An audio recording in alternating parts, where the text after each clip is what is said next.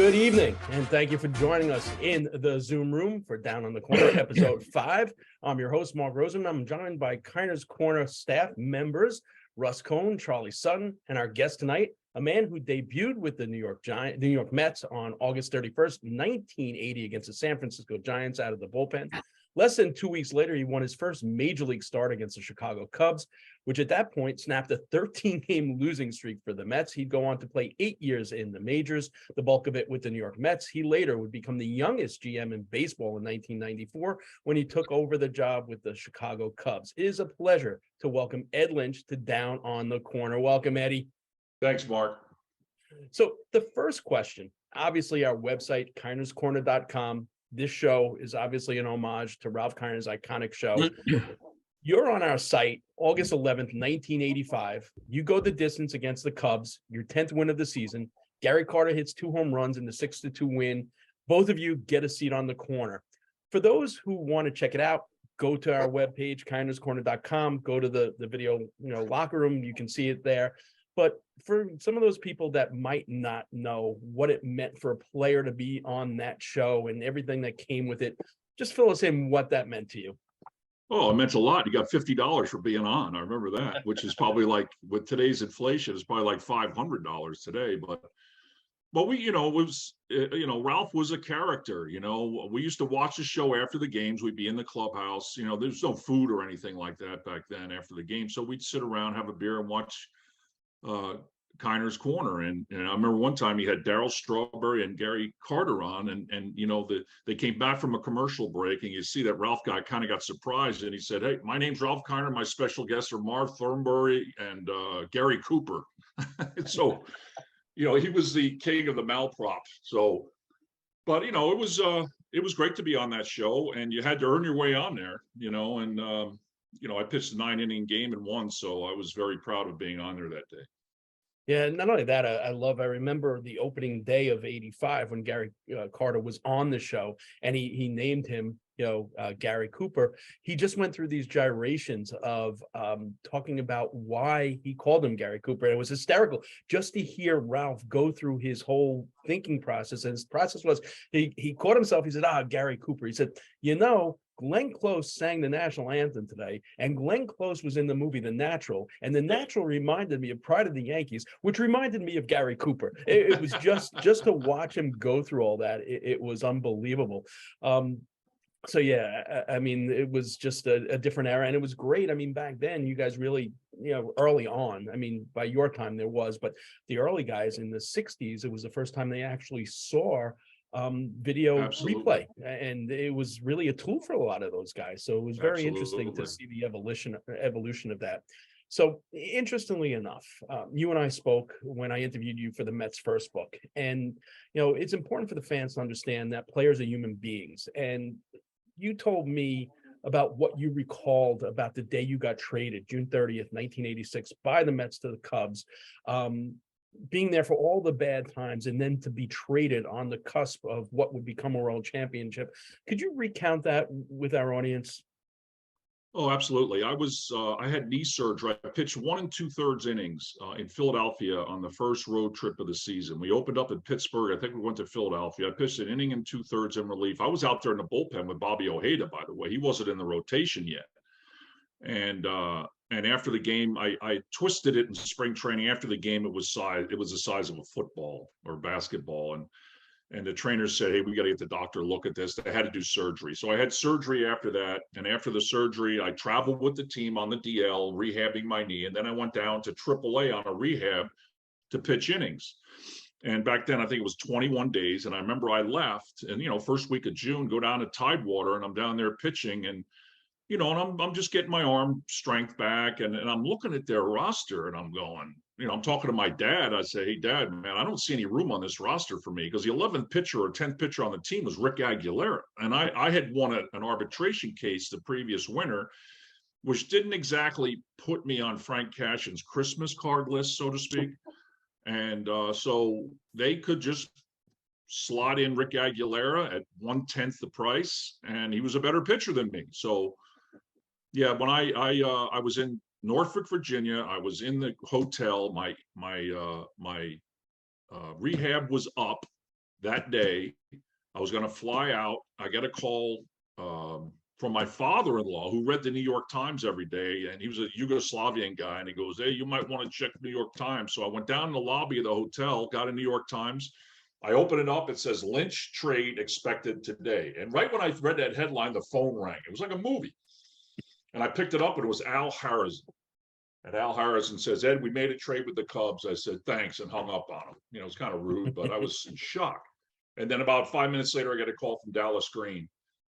But you know what? The bottom line is, if I had reacted the wrong way, I'm telling everybody I'm naive, I'm stupid. Like, you don't think you're ever going to be traded, especially somebody like me. I was kind of a turd compared to the guys on that team. And, you know, for me to say, I can't believe they traded Ed Lynch, would sound kind of silly. And the other thing is, when I was interviewing for the GM job in Chicago, Andy McPhail said, you know, one of the things I was looking for is somebody with a Cub history. And so if I hadn't gotten traded, maybe I'd never been a GM. So I try to look at it that way in retrospect. But at the time, it was painful, very painful. And how difficult it is after that to see that team go on to win a world championship. Yeah, that was something. I was rooting for them for two reasons, because I had a lot of guys there I loved, and number two, I wanted a half share I knew I was going to get. So you mentioned, you know, the interview process with the Cubs, but after your playing career ends, you're hired as the director of player development. You're hired as director of player development for the Padres by Joe McIlvaine, who then was a San Diego Padres, you know, general manager. You and Joe had crossed paths in the Mets organization, where Joe had worked in the front office during much of your time here. He returns to New York to succeed Al Harrison as the Mets general manager. Didn't take long for him to name you a special assistant, much like, you know, Carlos Beltran is now here in New York. In October of '94, you get an offer from the Cubs, Andy McPhail, to become the general manager of the Cubs. At that time, you're only 38 years old, the youngest GM in baseball at the time. So a couple of questions about that. What were some of the things that you learned under Joe McIlvaine? Well, like you said, you know, before we went on, you said something that, to me, I think the number one thing that I learned from Joe, that players are people. They're not you know, cardboard cutouts in a Stratomatic game. And you learn to treat players with respect, and you learn not to leak things about potential trades, things of that nature, because they have families. You know, if a guy reading, you know, that they're going to get traded somewhere, he's got a wife, he's got young kids, you know, you try to treat players with respect, and try to almost, I don't want to sound too paternalistic, but you almost treat them like your kids, because not because of the age difference, but, you know, your kids, you're going to be more forgiving. You're going to give them a chance to screw up once.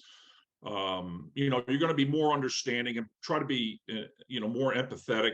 I could be, because I was not that good a player. So when guys are struggling, I could look at them and say, "Hey, I know how tough this game can be." You know, I just didn't throw my glove out there and you know, walk away with a shutout like some of the guys I played with. So Joe taught me to not only treat players like people with respect, but he also taught me how to project. What, you know, the most important thing you do as a scout is to project. You're trying to predict the future. That's why, you know, analytics are so important to the game, but they're historians. They're telling you things that have already happened. You know, you can't really extrapolate a guy in A ball has a certain WAR, OPS plus, or, you know, FIP, whatever. You can't extrapolate that forward to the big leagues. You know, you have to eyeball them and use your imagination. There's as much art as there is science in evaluating people, you know, and so Joe taught me that. The numbers, we always use the numbers. The numbers tell a story. But there was a famous philosopher named Disraeli. He said there's three types of lies. There's lies, damn lies, and statistics. And you know, it's so true. The numbers can lie. They tell a story, but they don't tell a complete story. I think Joe taught me that. Interesting. Also, you talked about that they're not cardboard cutouts, or not Stratomatic cards. How much of being a player, you know, being traded twice, once, you know, obviously early on in your career to the Mets and then to the Cubs, how did that color the way you interacted with players when you did trade them? Well, I knew what it was. I could explain to them, you know, because when a guy here he's getting traded, 99 times out of 100, he's devastated. Oh, you guys don't want me anymore. You're kicking me out the door. But my message to them would be, especially if they were a very young player, I'd say, listen, we just acquired an all-star caliber position player from, I'll just make up, from the Pirates, and you're part of the deal going back. Now, number one, they really want you. They've identified you as someone that could be a big part of their future. And number two, you're going to get a chance to fail more than the guy that, the 28th round draft pick. I mean, they're going to push you to make the trade look good. So you're going to get more opportunity than you would otherwise. And they want you, and you're going to go to a team they're going to chance to play. And they used to strike home with guys because, if I had never played, they're looking at me like, yeah, what do you know? But, hey, I was traded. I know, I went through it.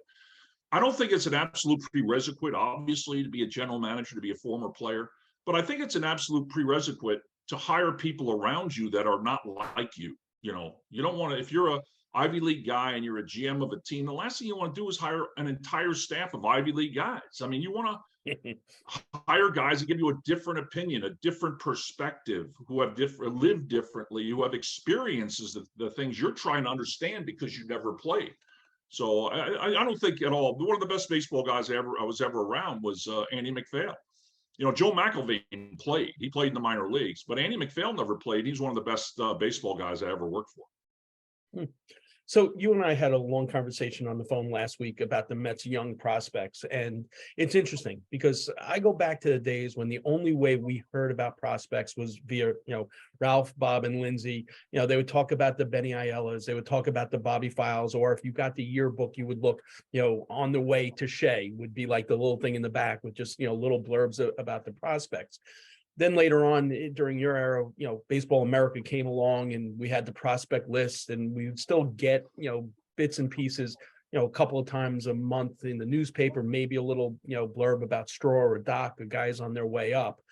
Now, everything's in real time. You have the second or third day of the season, Eduardo Escobar struggling 0 for 3, while Batty's hitting 2 home runs, a grand slam, and now there's a clamoring from the fan base, where back in the day, they didn't know anything about these prospects. Does that add extra pressure to a GM where everyone's watching this unfold in real time? It does, but it shouldn't, because one thing I learned, and again, I bring up the name Andy MacPhail, he taught me you find solace in your own mind. I mean, if you have tough decisions to make and you research it to the point where you know all the factors involved in this decision better than anybody else, then you can get up there in front of a group of people and explain, okay, this is why we're leaving Batty down in the minor leagues. This is why we're keeping Escobar.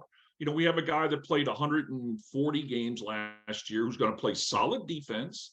The other guy's got, like you said, I don't know how many games he's got at AAA. Let him go down there and develop, and like we talked about, the most overrated day of the year for rosters is opening day. I mean, people just go berserk trying to figure out who's going to be on the open day roster. Well, let me tell you something. The roster on April 20th is going to be a lot different than the roster on March 30th.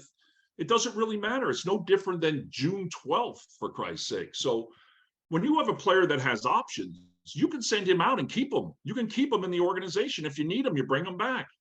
But when you have a guy that's out of options and you want to keep a guy who has options, he better be significantly better than that guy who's out of options, because once you put him on that wire, you may never see him again, especially now with 30 teams and the lack of good players. So you always keep the guy who's out of options, and you let the guy who has options go down to AAA and continue to develop.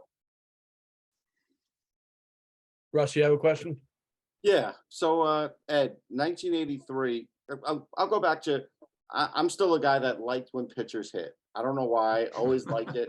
I was a Tom Seaver guy. He and Kuzman always used to have these bets on who would get more hits. And that was fun for me as a youngster watching. And I don't know, I still don't like the DH in the National League. That's just me. But in 1983, you had a real good year for hitting, and you had 8 hits, but you drove in 4 runs. Like, do you remember any of those games? Because 4 guys is pretty significant. Oh, I didn't realize. I thought I was 0 for 30 that year. I thought I broke Bob Buell's record for most at bats without a hit. but I couldn't hit. I had an at-bat in my state high school championship game in 1973 at Columbus High School in Miami, Florida. My next at-bat was at Shea Stadium against Lynn McLaughlin in 1980. Because when I went to the University of South Carolina to play basketball, you know, I played with Mike Dunleavy and Brian Winters and Alex English, and Frank McGuire was a coach. Donnie Walsh was the assistant. So I went there to play basketball, and I was a walk-on the baseball team, and Bobby Richardson was the coach, and he wasn't even going to give me a tryout. And we had All-Americans all over the field. We're ranked #2 in the country.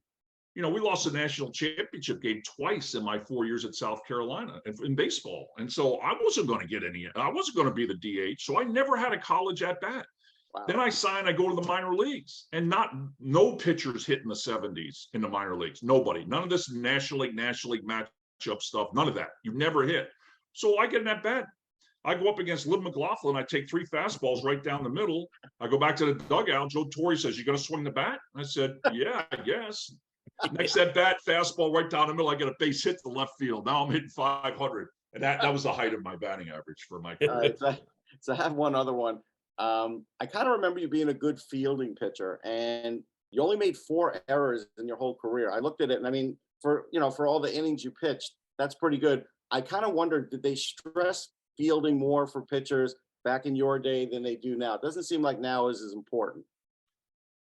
I'm sure they stress it, but I took it to heart. And the number one thing, if you want to be a good fielder as a pitcher, and I people say, well, get yourself in a position to field the ball. Yeah, the follow through, right? You got to be. Never. I never worried about that. Never worried about that. I wasn't going to change my delivery to get ready for a ball back to me. The number one thing you do is you anticipate, okay, if this ball's hit to me, what am I going to do with it? You know? And if you hit your glove and you drop it, you go to plan B, but you've anticipated what you're going to do. And so that's what we did. And hey, listen, those outs were like gold to me. You know, I mean, there's a ground ball, the infielder, and we had the best first baseman in the game. And so I'm going to talk about him in a few minutes. But, if somebody hits a ground ball towards the hole and Keith is halfway to second base and catches it, I better get my ass over there on the bag. And if it's a bad throw, I got to catch it. That's like a golden egg. That's an out. That's one of the 27. They're like gold to me. So I really concentrated on my defense. It was going to help me win games. Absolutely. But I will say Ron Darling's the best fielding pitcher I've ever seen. Yeah, he was great. We all remember Ron getting double plays sometimes. He was unbelievable.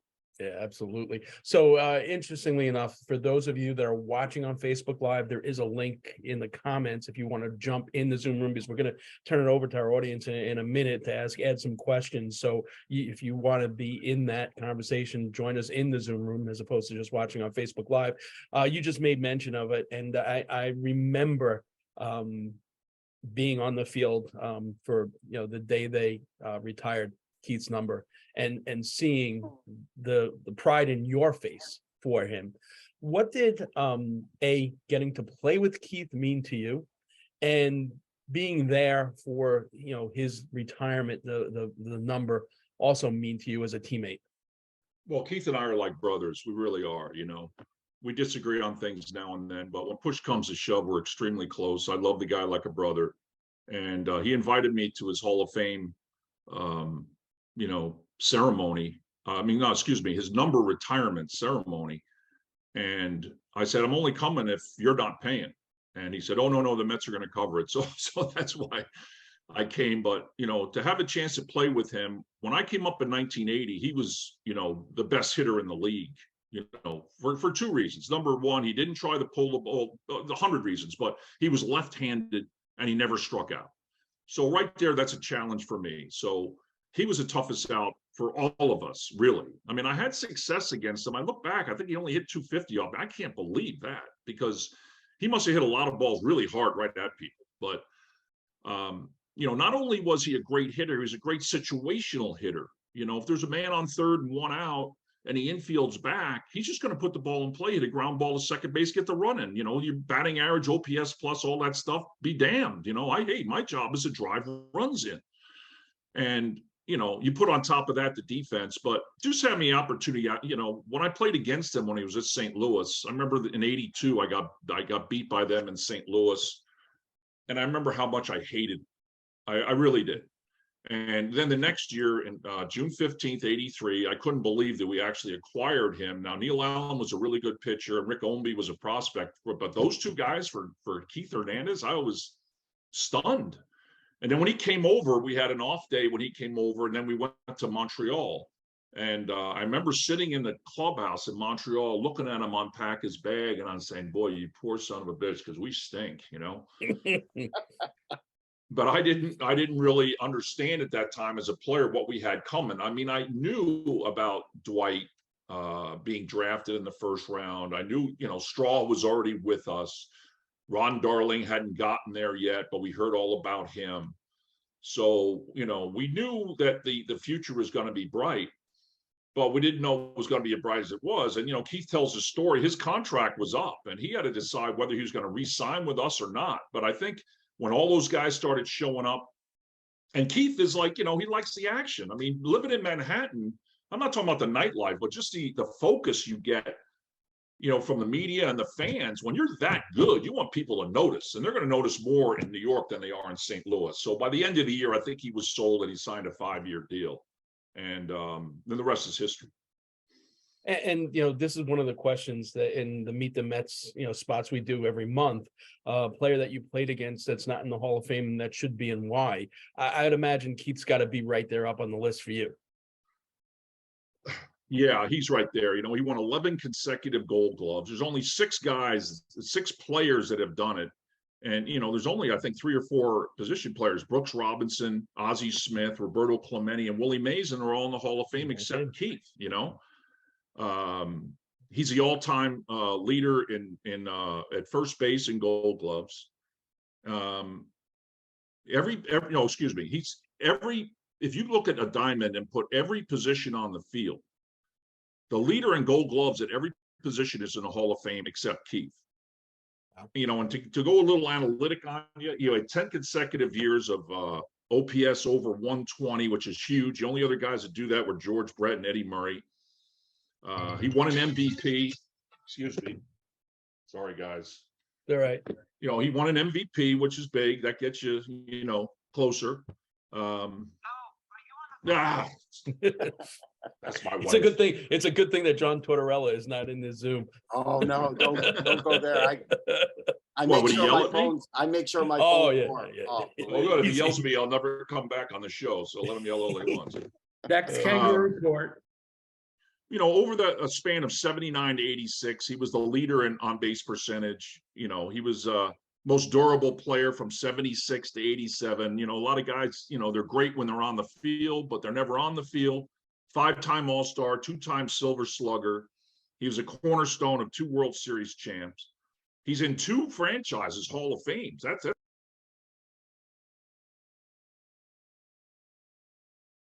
First in WAR, first in times on base, first in hits, first in runs, first in doubles, second in batting average, third in on base, second in RBIs. And you know what? Ted Simmons, who recently in the Hall of Fame said something, he goes, if it wasn't for those analytic guys, he'd never have a chance to be in the Hall of Fame because of WAR, which I still don't understand what it means, but it must mean something, and on base percentage. And so Keith beats out Ted Simmons handily in both of those categories. So in a nutshell, it doesn't really talk about the most important thing he did. He changed the culture, not only of our organization, but the city's fans. You know, when he came over, we had a lot of really good players, but it was kind of like, you know, without the captain of the ship, we're kind of been adrift. But when he got there, boy, he took that till, and it was full speed ahead, damn the torpedoes, full speed ahead. We're going to win a World Series. And he said that when he came in, and he didn't blink when he said it. And we're all like, whoa, here we go. So his leadership was probably as good or better than his stats. Yeah, you know what? There's him. There's Luis Tiant. There's just a handful of guys that definitely deserve to be in the Hall of Fame and aren't. And those, you know, the arguments you just made for Keith are just it's ironclad, man. There's no way he should not be in the Hall of Fame. I know your time's limited, and one of the beauties of this show is allowing the people that aren't just watching on Facebook, that take the time to come in the Zoom room to ask questions. So guys, if you want to ask a question, use the raise the hand feature as Ian did. Ian, you can go ahead and ask the first question of Ed. All right, thanks, Mark. Ed, it's great to see you. Hey, Wolowitz. Yeah, These are my fantasy camp guys. Yep, my brothers. right. Well, since we're going down that road, maybe I'll give you a fun question, which is tell us about your favorite brand of ice cream, Ed. A little bit of a private joke. It's an there. inside joke. Ben and Jerry, Steve and Ian are like Ben and Jerry on that show where they go to the where they're at the cowboy camp. What was the name of that movie? Oh, City Slickers. City Slickers. Right. These two guys remind me of those guys on City Slickers. So, yeah, it's my favorite ice cream. And Billy Crystal wore a Mets cap throughout that movie. Yes, so it he all did. kind of comes together. Yes. Tell us maybe just something else about Keith off the field, something fun, since you've given such great serious points about his strengths. Maybe something fun. Well, Thanks. I'll tell you, in 1984, we had 18 single guys on the team. We were by far the youngest team in the league. And Keith and I were both single. He had been divorced. But I remember we were in Pittsburgh. And, before the game, he got up and said, hey, I think it was a Friday, it was a Saturday day game. And we had a Sunday game in Pittsburgh. But before the game on Saturday, he goes, hey, guys, listen, after the game, we're all going to meet at this place, my treat. And, guys weren't making any money back then, so be in the lobby at 5 o'clock or 6 o'clock and we'll go. And so at 5 o'clock, 6 o'clock, here's like the whole team, we had 17 guys in the lobby and we went out and had a blast. Keith picked up the tab. We came so close together as a team, stuff like that you don't see. That's what leaders do, There's other guys on that team that were just as good, but wouldn't do something like that for a lot of reasons. But I won't go into those. But, Keith was a unifier, and we all felt like he was a lieutenant colonel. We're going into battle, and he brought us together, made us tougher, made us feel like a unit. And that's probably the most important thing he did off the field. How important, though, is it the fact that, in order to have that leader, that a manager recognizes that and lets him be that leader that Davey just said go and be the leader? Well, I tell you, I've talked to a lot of managers over the years, and I say, what's the first thing you do when you take over a club? And he says, well, I call in the best players. I remember Jim Fregosi, God rest his soul, told me when he took over in Toronto, he had Sean Green and he had the guy that played for the Mets. He was a catcher with Toronto, and then later on, big, strong, played first base. I'm sorry? Gibbons. Not Gibbons. John I Gibbons. didn't hear. Delgado. Delgado. Oh, It was Delgado. Delgado and Sean Green. He called those two guys in and said, hey, guys, this is your team as much as it is my team. And, you're managing a lot of, you talk about diversity. Holy Christ. You talk about diversity, NBA or the NFL versus Major League Baseball. There's no comparison. I mean, you've got guys from Dominican, Venezuela, Puerto Rico, Japan. You have African Americans, you got American white guys. I mean, it's a diverse crowd. And if you have a leader in each of those groups, you can go, those guys will help you. If you have to discipline a player, he might go to Delgado and say, hey, listen, I'm going to get on Jose's ass after the game. I didn't like the way he ran the ball out. He goes, okay, I got you, Skip. So when he goes in there and blasts the guy and the guy starts bitching about it, you got Delgado right there saying, hey, man, you were wrong. You got to run that ball out. And let me tell you something, that coming from a teammate means a lot more than it does coming from a coach. So when Keith arrived in New York, Davey Johnson had to be blind and deaf not to realize how good this guy was and just what he could mean to us as a leader. And he was right there, with Gary Carter and him, Ray Knight, when Ray started playing really well in 85, 86.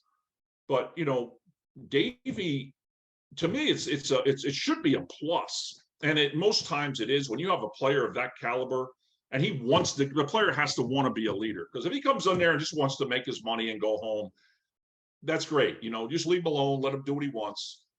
But, to have that guy that's a leader, the Mark Grace kind of guy when I was a GM, the Keith kind of guy, those kind of players, they're incredibly valuable. And Davey was smart enough to see that and use Keith as a tool. I kind of see a parallel now with the way Buck and Lindor, are kind of on the same page, and you hear Lindor sing the praises of Buck, and it's fairly obvious that, I think Buck has really mentored him in a way to go above and beyond, and just the way he handles pitchers. The other day with Senga in that first inning, it's a little tiny nuance that goes unseen, but he went out there in that first inning when Senga was struggling, and then from that point on, Senga, just started cruising, and it was just a little tiny thing. So it is important for those managers to really let me just say one thing. We used to sit down and talk about this a lot. The most important things a manager has to do, number one, is motivate the players. Number two is handle the bullpen. Number three, depending on what market you're in, certainly true in New York, Chicago, Los Angeles, handle the media. That's the face of your organization. Believe it or not, that's number three. Number one is motivate the players. Number two is handle the bullpen. Number three is handle the media. Now, all the other ones behind that, put players in a position where they have a chance to be successful. Don't hit a left-handed rookie pinch hitting off the toughest left-handed reliever in the game. Things like that. But those all go back to number one, motivating players. You motivate players when you put them in a situation to be successful, and they are successful. And I don't think anybody in the game is better. He might be tied with Terry Francona, but there's nobody better than Buck Showalter as a manager in 2023. And the Mets got the right guy at the right time. And it's going to mean a lot to this organization, especially when they're going to go through tough times with tough injuries, because he's seen it all. And, and it's nice to see the game being managed from the dugout rather than from upstairs. Absolutely. I love it. And I'll add one other thing, and this has stuck with me for years. When we had Pete Rose on the show, I asked him what he felt the most important thing about managing was, and he said it's knowing three things. It's when to leave a player alone, when to pat a player on the back, and when to kick the player in his ass. Those were the three things that the manager needed to know. Yes, that's very true. That was great stuff. All right, so I see Mike has his hands up. Mike, go ahead, unmute and ask a question. I got you next, Marcus. So you're doing old school, raising the hand. Hey, Coach. I just wanted to say hello. You gave me a great time. Fantasy camp. It was awesome. Oh, there you are. Okay. I don't know if you can see, but I got a picture of me and Hojo. I wasn't able to get a picture of you because you were in the other team's dugout, coaching. Oh, okay.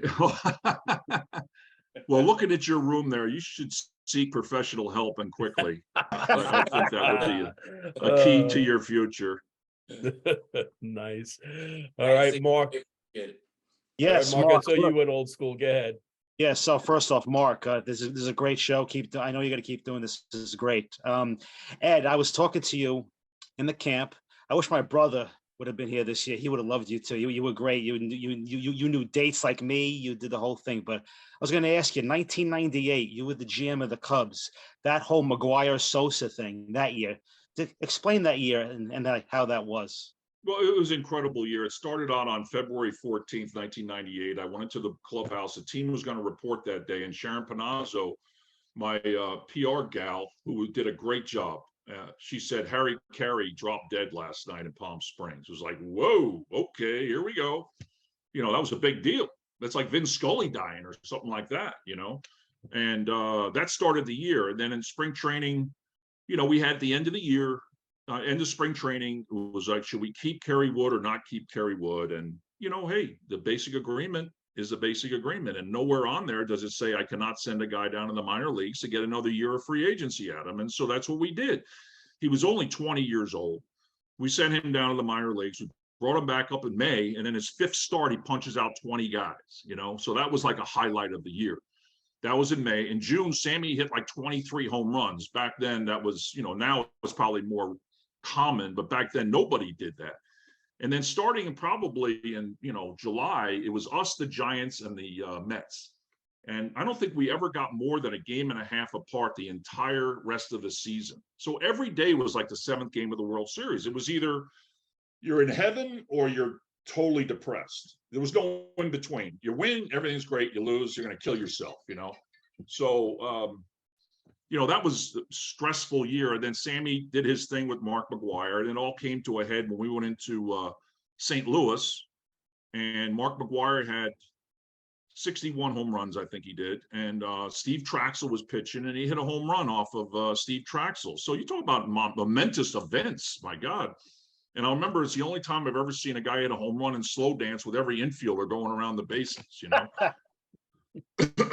So I told him after the game, once you, to Mark Grace, I said, hey, why don't you and McGuire go get a room, for Christ's sake? I mean, I think he followed him down to second base.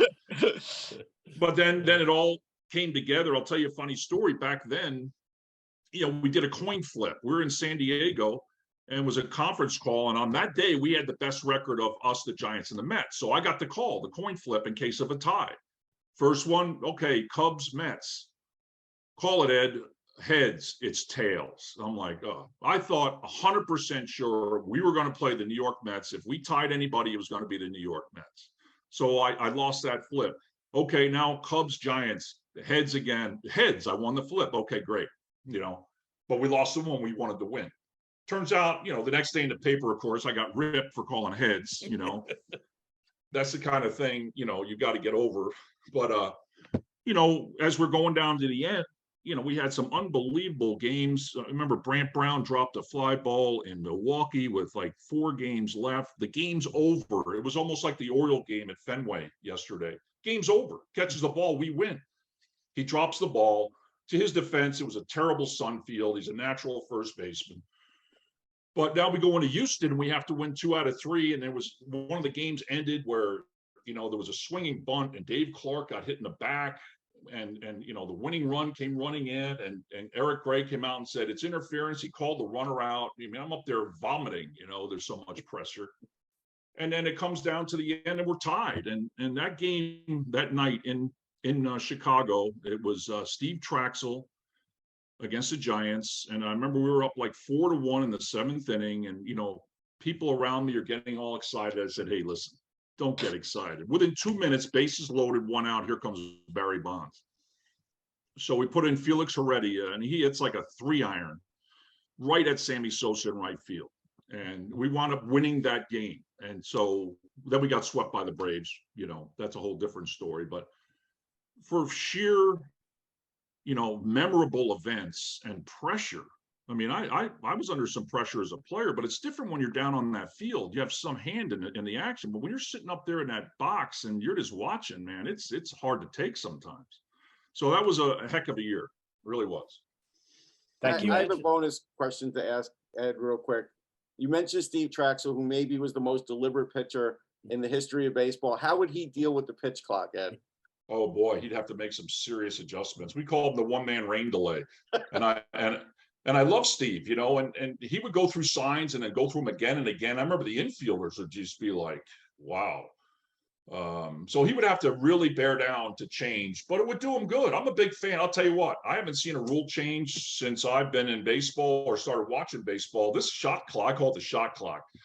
This thing has changed the game, because games in the last couple of years were becoming borderline unwatchable, you know?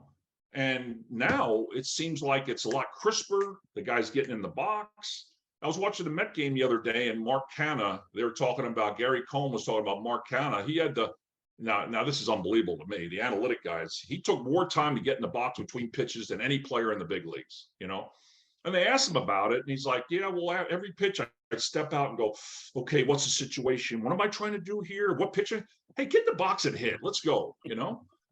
You know, look for the slider up and hit the ball as hard as you can, you know?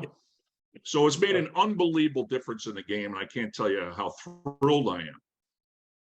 Yeah, we've talked about that a lot. In fact, today's Charlie's article talks about Canha and exactly what you just said. And it's interesting, we mentioned Traxel a lot. Like, I'm just wondering if Mike Hargrove and Traxel were both in the game at the same time, would it be a walk or a strikeout based on the violations? Who would, you know, be, you know, the biggest violator of the rules? Or throw in Chuck Knobloch as well.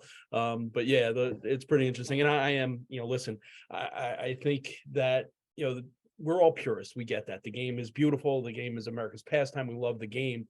But this is more like the game I grew up with. I mean, it's 2 hours and 20 minutes, 2 hours and 30 minutes, not 4 hours. And it's great. I mean, it really is. I was dead against the shifts, outlawing the shifts, because I thought, you know, we're changing the game.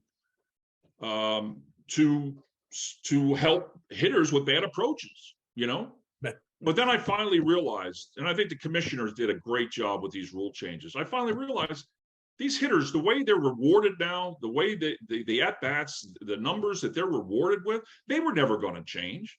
So we have to change it for them. I didn't have enough confidence in hitters to hit the ball the other way. So let's just outlaw the shifts. And now I've seen you guys have seen the difference. How many ground balls have gone through the right side of the infield now? Yeah, it's unbelievable.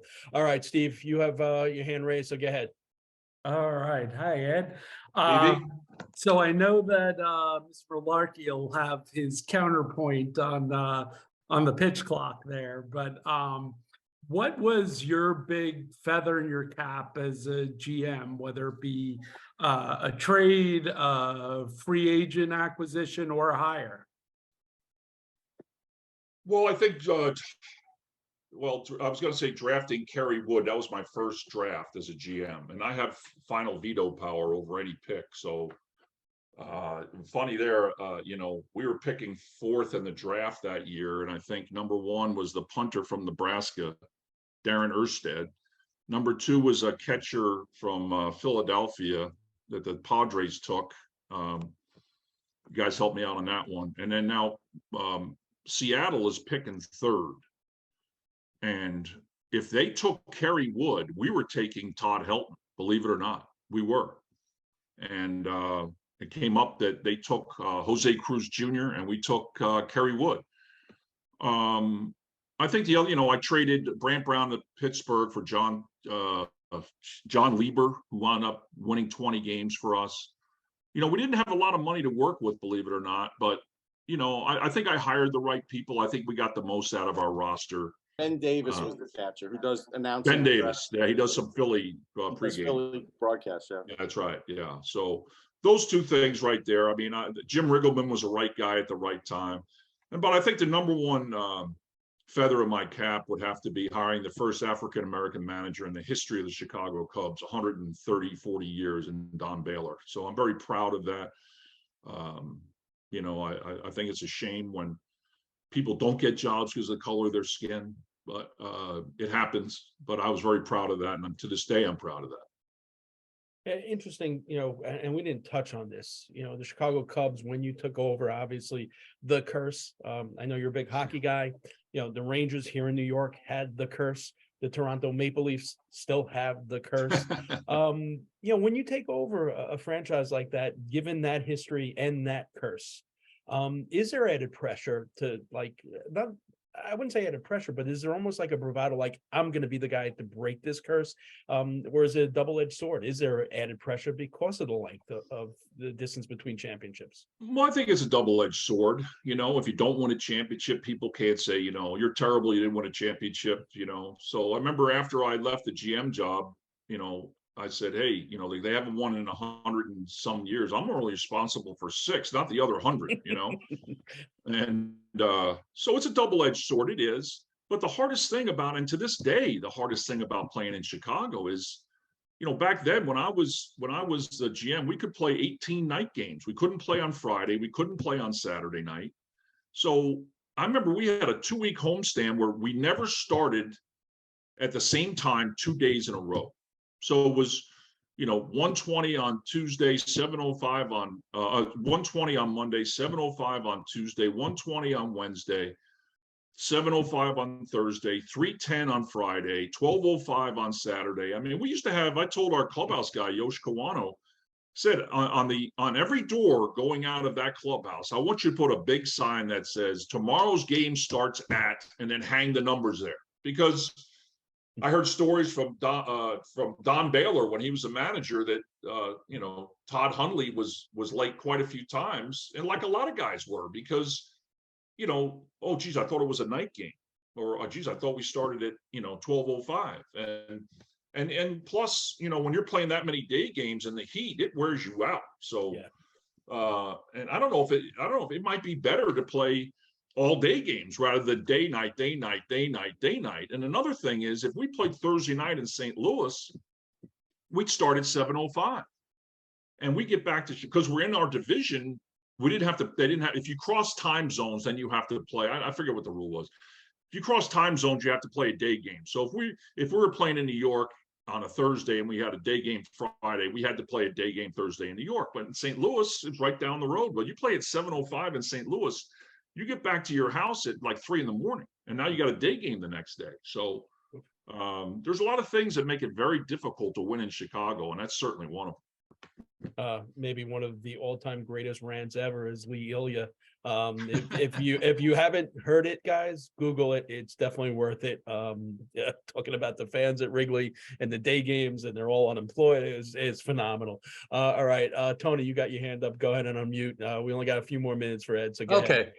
Sure. Good to see you, Ed. I meant to ask you this when I was at camp in November, but here in Pittsfield, Mass, where I'm from, in 85, 86, they had the AA Cups.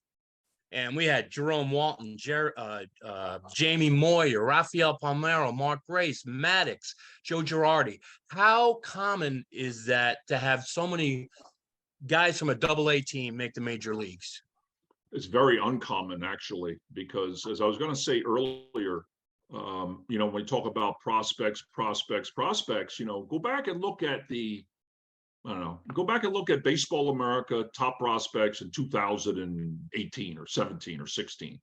You don't even know, you never heard of half the guys that it can't miss, going to be a Hall of Famer. They're giving guys plaques before they get to the big leagues. And to have that many quality players, and every guy that you named there was either an all-star, rookie of the year, or just a really quality player, above average major league player. And those guys, if you're on the grading scale, 2 to 8, 8 is Barry Bonds, 2 is a guy that can't play, a 5 is an average player, 6 is an above average player playing against the best players in the world. There are quite a few 6s on that Pittsfield AA team in 85, 86, and that's unheard of. Absolutely. All right, I was the organist. Oh wow! All right, Mike, you're keeping your Cal Ripken-esque streak alive, getting a question in each and every show. So we'll go to Tuller to close it out. Go ahead, Mikey. Okay, thanks. Hey, Ed, nice to see you again. Got a question for you. There was an interview with Tom Glavine a while back where they asked him if he would be recruited in today's game, and whether he and Greg Maddux would be recruited in today's game. And he said that he would, because he was a lefty, but he didn't think Greg Maddux would make it in today's game, given the power that the pitchers have. Do you agree with that, or do you think that there would be room for a pinpoint pitcher like that? Greg Maddux would have probably done better in today's game than he did back then, and I'll tell you why. Because he had such impeccable command. And people say, well, they expanded the strike zone for Greg Maddux. Well, let me tell you something, why they expanded it? Because he throw a ball 2 inches off the plate, they call it a ball. He throw it 1 inch off the plate, they call it a strike. He throw it 1 inch off the plate, strike, 1 inch, 1 inch, 1 inch. Now, if they didn't call that ball off the plate, he'd be on the edge of the plate every pitch. And plus, Greg was a big time, he was a 2nd round pick. Hey, when he came up to the big leagues, I'll tell you a story about the day he came to the big leagues. Back then we didn't know who anybody was. They didn't have ESPN. They didn't have, well, they had ESPN, but they didn't cover minor leagues. They didn't have Baseball America. They didn't, go down and film these guys. They didn't anoint these guys as the next whoever. So we're sitting in the clubhouse and we hear this kid, Greg Maddux, is coming up from AAA, and he's 10-1 in AAA, 10-1. So we're all waiting in the clubhouse, and here comes a bat boy or a clubhouse guy carrying a bag down the stairs. He puts it in the locker they set up for Maddux. He's unpacking the bag. So we're looking at the door. Well, where the hell's Maddux at? Next thing you know, the clubhouse guy's putting on his jersey. And I said, what are you doing? He goes, I'm Greg Maddux. I said, get out of here. That was his nickname. Lee Smith nicknamed him Bat Boy. That was his nickname, Bat Boy. You can ask him. And I remember I used to give him, I was a veteran and I was kind of tough on rookies. And I come in the morning and go, hey, kid, cream and sugar. He go, F you, And, it was kind of ribbing. I wouldn't take it to the point where he was insulted. He was a tough little son of a bitch. Let me tell you something. But I think he would have thrived in today's game. I think Glavine was just trying to make a point. But I'll tell you what, there's a lot of guys. I was a 22nd round college senior, and I played with a lot of guys that weren't drafted that were pretty good players, or guys that were drafted in the 30th round. Look at Mike Piazza, 60th round. You think he would have a chance to play today? No way. So, they've cut the draft down to how many rounds was it? 20? Yeah. I don't even know. They've changed it so much, but there's a lot of guys out there who would have been drafted in my day and would have played in all-star games in my day who aren't even getting a chance to play professionally. And they keep paring down the number of players that an organization could carry. They're paring down the number of minor league teams there are. And, people say that's outrageous, but I see why they did it. There were too many teams. There were too many players. Too many facilities weren't up to par. And Major League Baseball's taken over the scheduling. They've taken over the number of teams and the number of players you can have. Now they have to work with the minor league union. They decided a big deal yesterday. The minor league players have a union now. And what that's going to do is that's going to drive up the cost per player. So what's going to happen? They're going to have fewer players. So they're going to continue to cut. And that's just the way, that's the business model now. That's what's going to happen. And so there are tons of guys walking around that never got a chance to play professionally who would have had a chance back in my day. I also I can do a couple more, Mark, if that's okay. All right, great. Okay. I love the fact that Tommy Glavine also got drafted in the NHL, and two guys drafted after him made the Hockey Hall of Fame. Is that right? Yeah, Hull and Robitaille both got drafted after Tom Glavine in the NHL, both in the Hall of Fame. And that's something. All right, so let's, as long as we have a few more minutes, we're going to end at 8 because I know a couple of guys want to see the NCAA. Let's talk. That's what we want to also do about the current day Mets. 5 games in. Listen, and you and I talked before we went on air, Ed. Much rather lose a game 10-0 than 1-0. I agree. Listen, it would have been a shame if Cookie, went 7 innings, only gave up 1 run and lost 1-0. 10-0. All right, turn the page. Milwaukee has been, for some reason, I think it's now, the Mets have lost 16 of their last 19 in Milwaukee. Don't know what it is. It's just a house of horrors there for some reason. But the beauty is, and unfortunately we don't have Verlander to follow up, but the guy to stop the losing streak, and it's only 1 game, is now you got Max going tomorrow. And that's what you do. You turn the page and you move on. Although I guess the one thing that's a little bit concerning at this point is, as a team, they're not firing on all cylinders offensively. The defense has been stellar. I think they're still leading the league in turning double plays. Pitching bullpen up until today has been good. 3-2 on the road. You're playing every single day. I think there are only 2 other teams in the majors that are playing 8 straight days, right? I believe that is. And none of them are going to get rained out because they're dome stadiums. As a GM, when you take a look early schedule, I mean, the bottom line is you got to play 162. Does it matter? Well, no. I mean, I remember in '86, we started on the road. We came home. We were 2-4 on our home opener in '86, and I remember we had the welcome home. We had this welcome home luncheon at the Hilton in Manhattan. And it was like a funeral. Everybody's like apologizing. And I'm thinking, this is the best team in baseball. I don't care if we're 2-4. Geez, we got 156 left. So we go like, somebody look it up. The next 30 games, we went like 26-4 or some ridiculous number like that. But going back to this team, their lineup is certainly good enough to go deep in the playoffs, maybe even win the World Series. But you slug your way to the playoffs, but especially now when so many teams make it, but you pitch yourself to championships. So, losing Verlander, Quintana, and Diaz, obviously they hurt, but, there's an old saying, if you're looking for sympathy, it's in the dictionary, and I'm not going to tell you the 2 words it's between, but, everybody goes through it. The Phillies lost Harper and now Hoskins. I mean, everybody's going to go through it, especially nowadays. There's so many injuries now that everybody's going to go through it. And the one thing the Mets have going for them is Steve Cohen. He's got economic power, and economic power can get you pretty much any player that you want to get that's gettable. And what I mean by that is, as you get towards they might not do it in April, they might not do it in May, they might not do it in June, but as you get closer to that deadline, you're going to have teams out there that realize they're out of it. They have a very good player with a bad contract. And so you give them a couple of players and they give you that player. It happens every year. When I was with Chicago, I wasn't the GM. We got Aramis Ramirez for a song because Pittsburgh was doing a salary dump, I made trade. I got Brian McCann for Brian Stevenson, my first trade, because Kansas City, coming out of the strike, wanted to get their salaries, their payroll down as much as they can. There's going to be opportunities to improve this bullpen and improve this pitching staff. And you got to have the right guys in the front office to do it. And that's the challenge. The pressure now is on that front office and on the scouting department to find those players to make this team better. And I think they have the guys there where they can do it. I really do. I think Billy Epler is an outstanding GM. He's got really good guys in that pro scouting department. So they're going to get somebody. They're not going to go, this is not going to be the roster, the day after the trading deadline. You can book that. So again, look at the 69 Mets. Look at that lineup. The lineup was kind of pathetic, Yeah, it wasn't great. Really. No, It was not a good lineup. I would love to face that lineup as long as Seaver's not pitching against me, Well, or Kuzman. or Kuzman, Yeah. or even Matt, or Or Chin- Ryan. Yeah. Entry Ryan. No, has no, a on man, Ryan. yeah. Yeah, no Yeah. kidding. What a Yeah. pitching staff. Pitching, Hey, let as me- I said, pitching staffs win championships. Let And me someone's ask going to you- step up, Is it Yeah. Robertson? I don't know.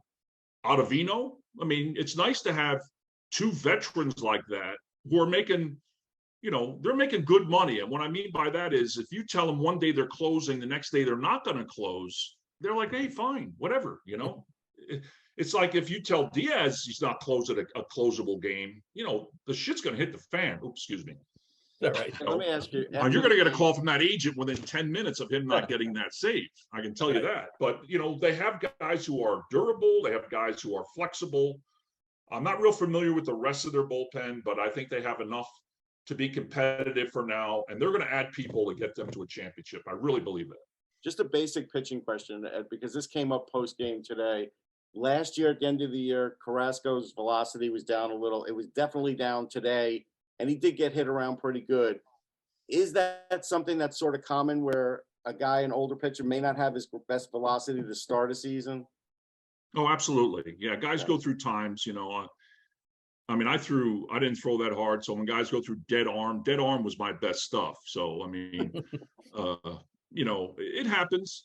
And what you got to do is you got to make adjustments. It's a game of adjustments. I tell people, what's the number one thing you can say about baseball? It's a game of adjustments.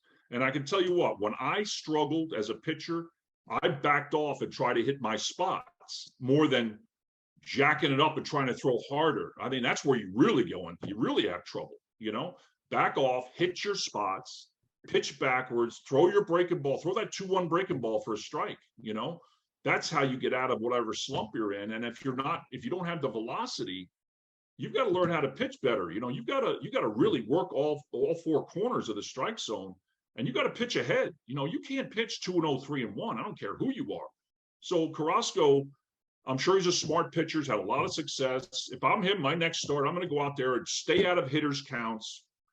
Don't walk anybody. Try to make them put the ball in play, and just keep my team in the game. So he's a veteran. He'll make his adjustments.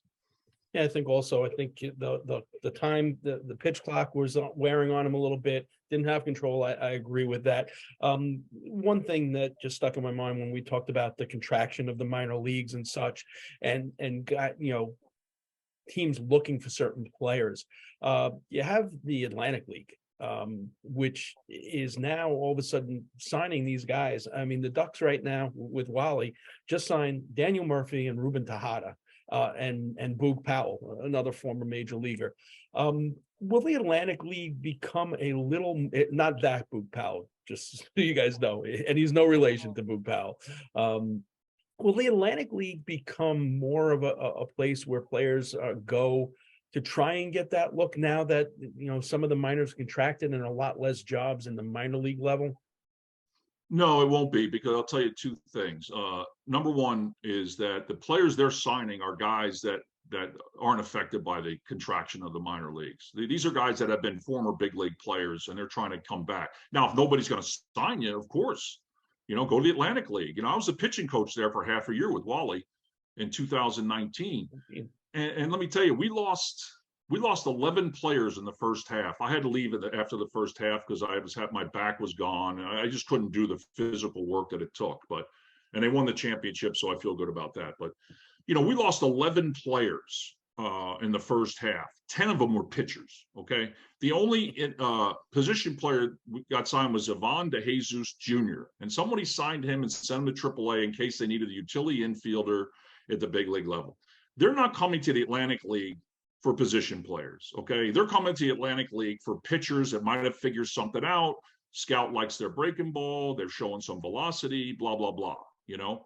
But that's not going to be a viable source of players that's going to bring you to the promised land. Trust me on that. It's just not going to happen. You don't have that caliber of player there.